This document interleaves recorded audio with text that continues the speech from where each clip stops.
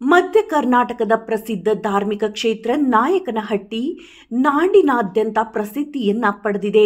ಶ್ರೀ ಗುರು ತಿಪ್ಪೇರುದ್ರಸ್ವಾಮಿ ಜಾತ್ರಾ ಮಹೋತ್ಸವದ ಅಂಗವಾಗಿ ಜಾತ್ರೆಗೆ ಆಗಮಿಸುವ ಭಕ್ತಾದಿಗಳಿಗೆ ಯಾವುದೇ ತೊಂದರೆಯಾಗದಂತೆ ಅಗತ್ಯ ಮೂಲಭೂತ ಸೌಲಭ್ಯ ಕಲ್ಪಿಸಲು ಕ್ರಮವನ್ನು ವಹಿಸಬೇಕು ಎಂದು ಯೋಜನೆ ಮತ್ತು ಸಾಂಖ್ಯಿಕ ಸಚಿವರು ಹಾಗೂ ಜಿಲ್ಲಾ ಉಸ್ತುವಾರಿ ಸಚಿವರಾದ ಡಿ ಸುಧಾಕರ್ ಅಧಿಕಾರಿಗಳಿಗೆ ಸೂಚನೆಯನ್ನ ನೀಡಿದರು.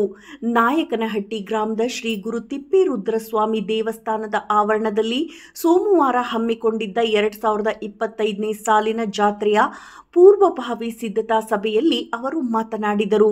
ಜಾತ್ರೆಗೆ ಆಗಮಿಸುವ ಭಕ್ತಾದಿಗಳಿಗೆ ಅಗತ್ಯ ಮೂಲಭೂತ ಸೌಕರ್ಯಗಳ ವ್ಯವಸ್ಥೆ ಕಲ್ಪಿಸಬೇಕು. ಕುಡಿಯುವ ನೀರಿನ ವಿಚಾರದಲ್ಲಿ ಯಾವುದೇ ರಾಜಿ ಇಲ್ಲ.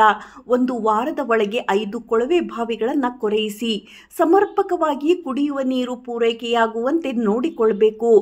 ನಾಯಕನಹಟ್ಟಿ ಶ್ರೀ ಗುರು ತಿಪ್ಪೇರುದ್ರಸ್ವಾಮಿ ಜಾತ್ರೆಯು ವ್ಯವಸ್ಥಿತವಾಗಿ ಸುಸೂತ್ರವಾಗಿ ನಡೆಯಬೇಕು ಎಂದು ಹೇಳಿದರು.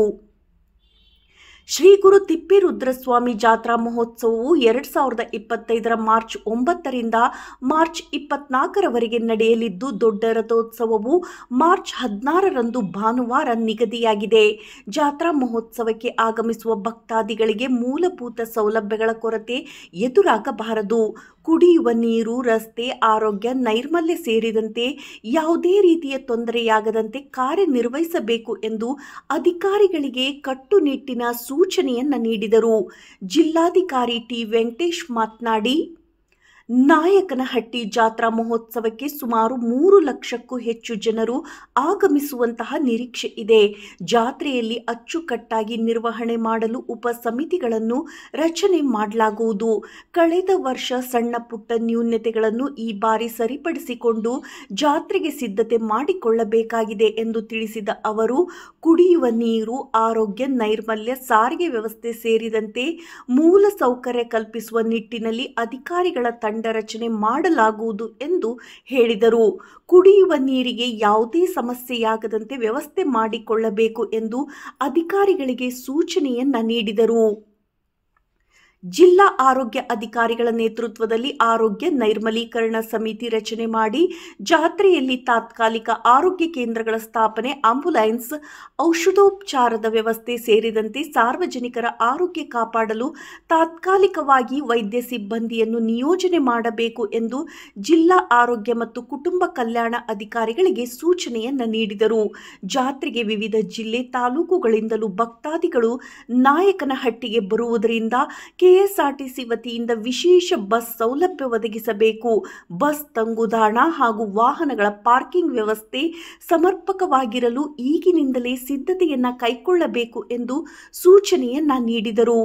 ಜಿಲ್ಲಾ ಪೊಲೀಸ್ ವರಿಷ್ಠಾಧಿಕಾರಿಗಳ ನೇತೃತ್ವದ ಶಾಂತಿ ಮತ್ತು ಸುವ್ಯವಸ್ಥೆ ಸಮಿತಿಯು ಜಾತ್ರೆಯಲ್ಲಿ ಬಂದೋಬಸ್ತ್ ವ್ಯವಸ್ಥೆಗೆ ಕ್ರಮವನ್ನು ವಹಿಸಬೇಕು.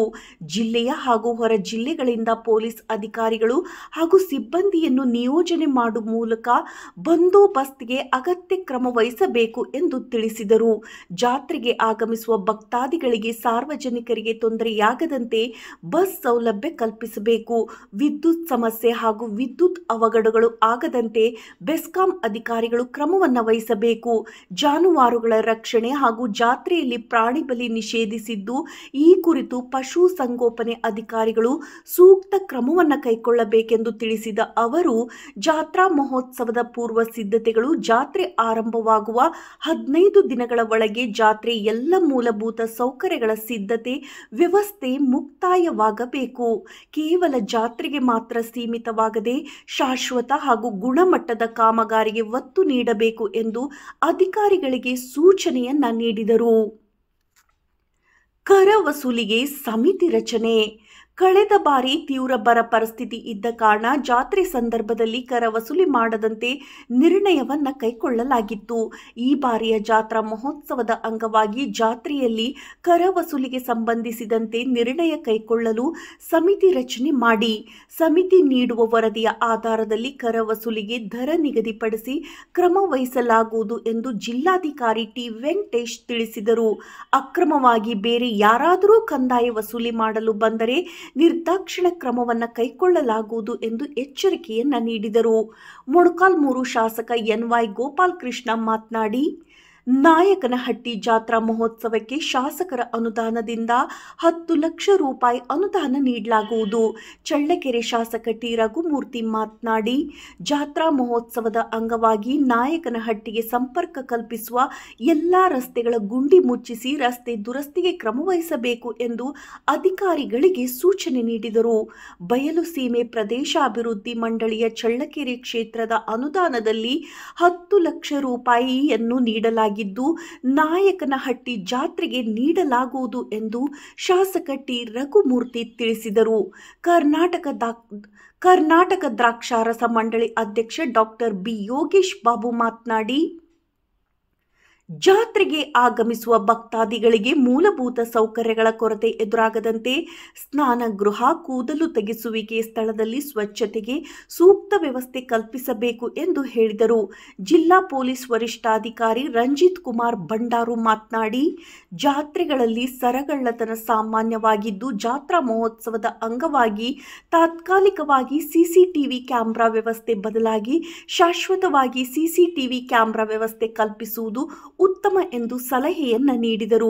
ಸಭೆಯಲ್ಲಿ ನಾಯಕನಹಟ್ಟಿ ಪಟ್ಟಣ ಪಂಚಾಯಿತಿ ಅಧ್ಯಕ್ಷೆ ಮಂಜುಳಾ ಶ್ರೀಕಾಂತ್, ಉಪಾಧ್ಯಕ್ಷೆ ಸರ್ವಮಂಗಳ, ಜಿಲ್ಲಾ ಪಂಚಾಯಿತಿ ಮುಖ್ಯ ಕಾರ್ಯನಿರ್ವಾಹಕ ಅಧಿಕಾರಿ ಎಸ್.ಜೆ. ಸೋಮಶೇಖರ್, ಅಪರ ಜಿಲ್ಲಾಧಿಕಾರಿ ಬಿ.ಟಿ. ಕುಮಾರಸ್ವಾಮಿ, ಶ್ರೀ ಗುರು ತಿಪ್ಪೇರುದ್ರಸ್ವಾಮಿ ದೇವಸ್ಥಾನದ ಕಾರ್ಯನಿರ್ವಾಹಕ ಅಧಿಕಾರಿ ಗಂಗಾಧರಪ್ಪ, ಮಾಜಿ ಅಧ್ಯಕ್ಷ ರವಿಶಂಕರ್, ಎಂವೈಟಿ ಸ್ವಾಮಿ ಸೇರಿದಂತೆ ಪಟ್ಟಣ ಪಂಚಾಯಿತಿ ಅಧ್ಯಕ್ಷೆ ಶ್ರೀಮತಿ ಮಂಜುಳಾ ಶ್ರೀಕಾಂತ್, ಉಪಾಧ್ಯಕ್ಷೆ ಸರ್ವಮಂಗಳ ಉಮಾಪತಿ, ಸದಸ್ಯರಾದ ಸೈಯದ್ ಅನ್ವರ್, ಜೆಆರ್ ರವಿಕುಮಾರ್, ಕೆಪಿ ತಿಪ್ಪೇಸ್ವಾಮಿ, ಅಬಕಾರಿ ತಿಪ್ಪೇಸ್ವಾಮಿ, ಪಟ್ಟಣ ಪಂಚಾಯಿತಿ ಮುಖ್ಯ ಅಧಿಕಾರಿ ಓ ಶ್ರೀನಿವಾಸ್, ಶ್ರೀ ಗುರು ತಿಪ್ಪೇರುದ್ರಸ್ವಾಮಿ ದೇವಸ್ಥಾನದ ಕಾರ್ಯನಿರ್ವಹಣಾ ಅಧಿಕಾರಿ ಎಚ್ ಗಂಗಾಧರಪ್ಪ, ವಿವಿಧ ಇಲಾಖೆಯ ತಾಲೂಕಾ ಮತ್ತು ಜಿಲ್ಲಾ ಮಟ್ಟದ ಅಧಿಕಾರಿಗಳು, ಸಾರ್ವಜನಿಕರು ಉಪಸ್ಥಿತರಿದ್ದರು. ವರದಿ ಕೆಟಿ ಓಬ್ಳೇಶ್, ನಲಗೇತನಹಟ್ಟಿ. ಕಾರ್ಯಕ್ರಮ ಉದ್ಘಾಟನೆ ಮಾಡೋದ್ ಮುಖಾಂತರ ಆಮೇಲೆ